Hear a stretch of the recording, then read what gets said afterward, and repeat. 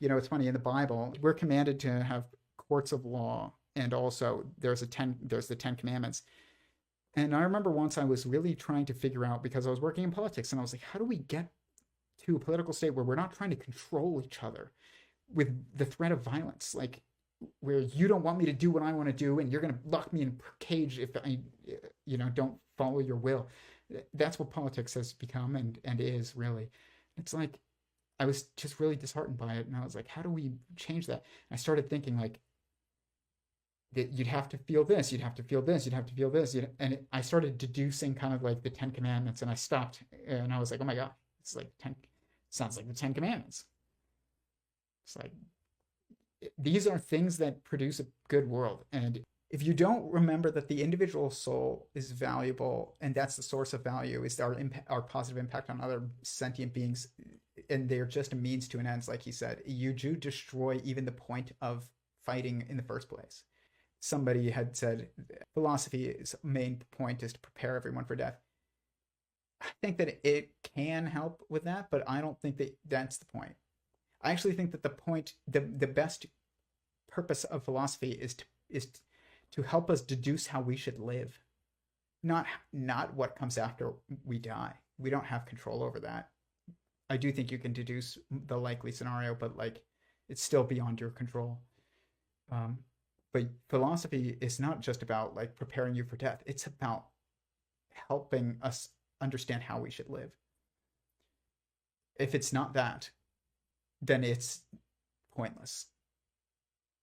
You're here to make an impact, not just to die and go to heaven. I'm not even saying that you don't do that, but that's not the point. It's to impact others, and this is the space where you do it. Is while you're alive. Death is not the point of life. Meaning is the point of life. And that's like to love others is the point. To love is to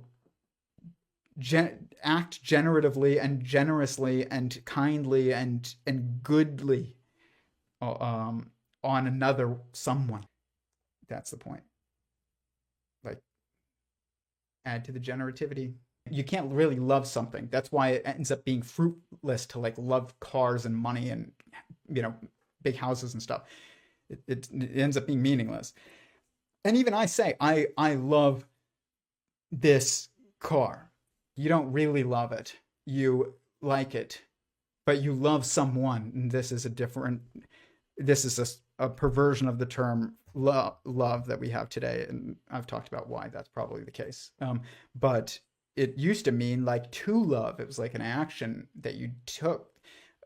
Even Brian Greene says, I don't choose to love my wife, he said. And no, you don't choose to like your wife, but you do choose to love your wife. In my vows, in my wedding that's on this channel, that I live streamed, I said to my wife, I choose to love you, even in the rare moments that I don't like you.